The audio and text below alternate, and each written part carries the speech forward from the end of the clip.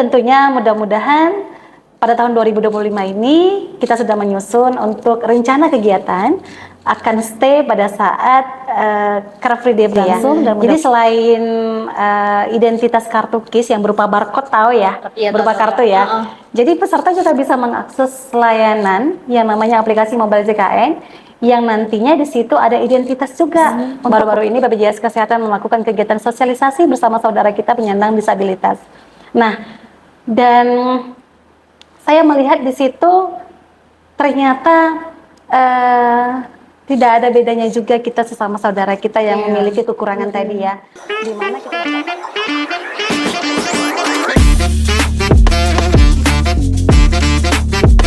Boleh dong Kak sedikit sharing-sharing nih, kira-kira di Tabaksel pelayanan apa saja sih yang paling banyak diajukan peserta pada saat BPJS keliling? Nah, kalau saat ini ya, sejak berdirinya pelayanan BPJS keliling tadi, yang paling banyak diakses oleh masyarakat itu adalah salah satunya informasi. Nah, banyak sekali masyarakat yang memang belum tahu ya bahwasanya untuk melihat status kepesertaannya, apakah masih aktif atau tidak gitu. Jadi untuk informasinya salah satunya itu. Selanjutnya juga masyarakat sering bertanya bagaimana memanfaatkan untuk penggunaan kartu KIS. Nah, jadi di situ kita akan menjelaskan. Jadi untuk BPJS untuk penggunaan kartu KIS ini juga itu tujuannya untuk menggunakan layanan kesehatan tentunya. Jadi sedikit mengupas tentang penggunaan kartu KIS ini ya.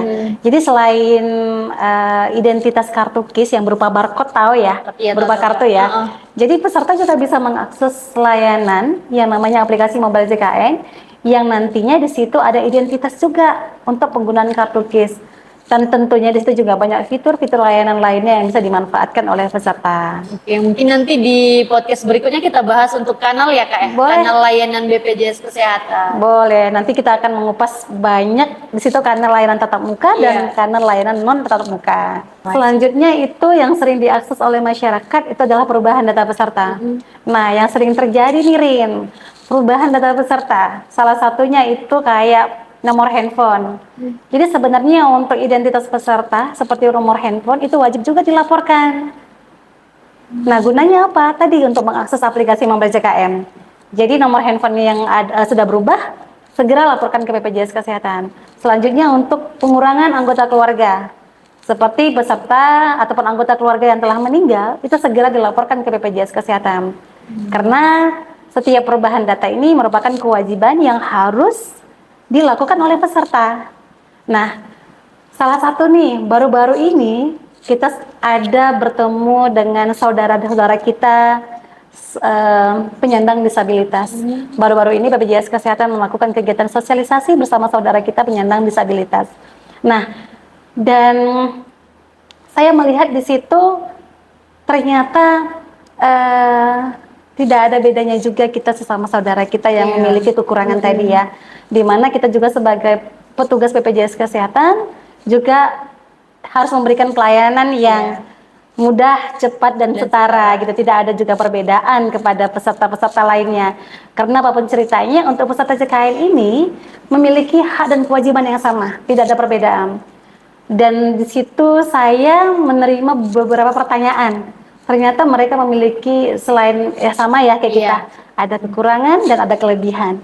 Mereka banyak bertanya. Salah satu pertanyaan yang saya ambil, mereka bertanya bagaimana untuk pendaftaran bayi baru lahir, sementara istri saya sedang mengandung saat ini.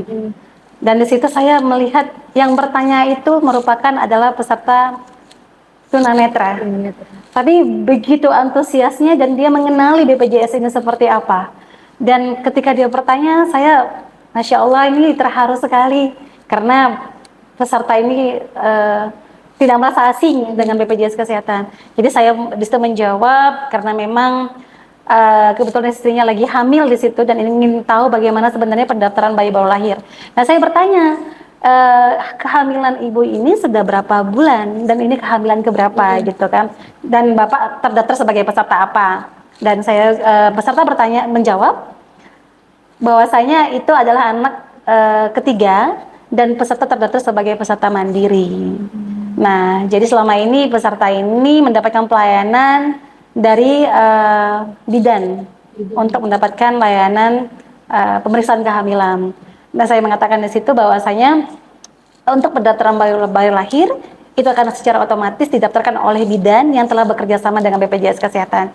Jadi jangan khawatir. Jadi peserta tidak perlu lagi harus ke kantor BPJS Kesehatan karena petugas dari bidan tadi akan melakukan pendaftaran untuk bayi baru lahir. Begitu.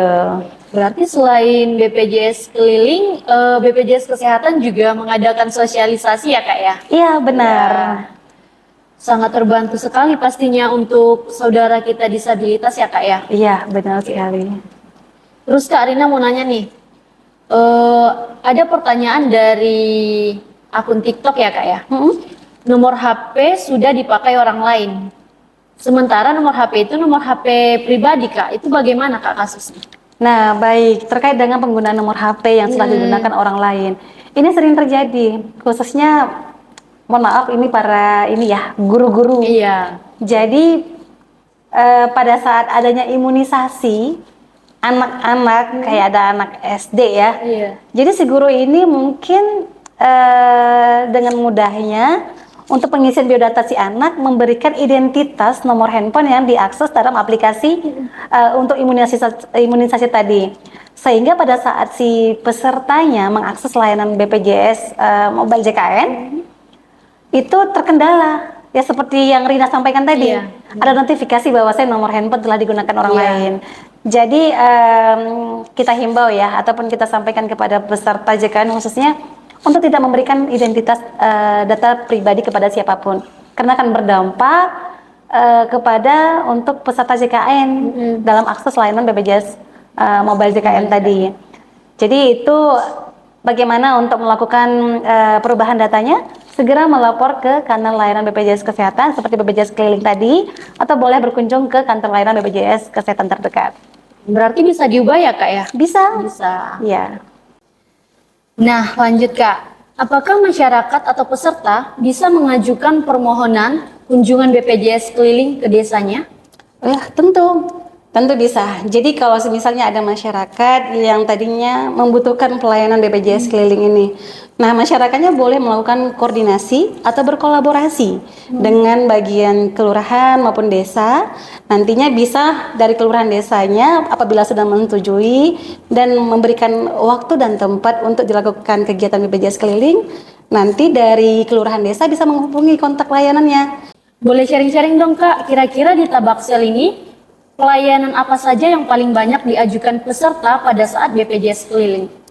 Nah, kalau untuk selama ini yang sudah berjalan, masyarakat itu banyak yang lebih ke informasi ya. Iya. Seperti masih ada yang peserta belum mengetahui bagaimana sih menggunakan layanan BPJS Kesehatan.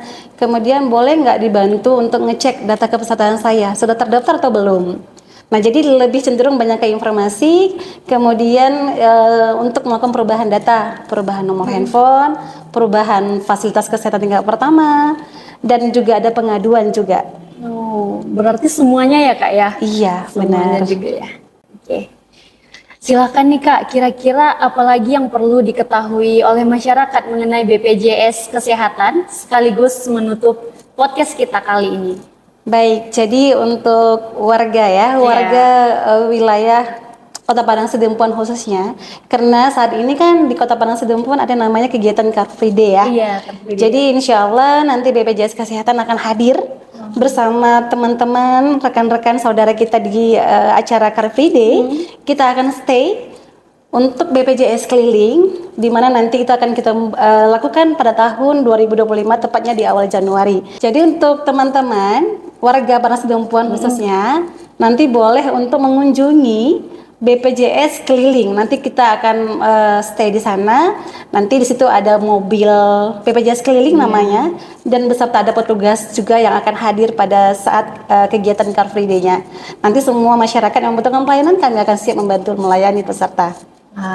Terima kasih banyak untuk Kak Eci yang sudah berbagi pengalaman tentang BPJS keliling nih ya Kak. Baik, terima kasih juga Rina. Ya Kak. Semoga kita semua bisa dapat insight baru nih tentang BPJS keliling. Jangan lupa untuk subscribe, like, comment, and share untuk teman-teman yang membutuhkan informasi ini. Kalau ada pertanyaan atau komentar bisa langsung DM ke TikTok atau Instagram kita, atau bisa langsung ke Kak Eci juga boleh ya Kak ya? Boleh, silakan. Oke, terima kasih. Sampai jumpa di episode berikutnya. BPJS Kesehatan, mudah,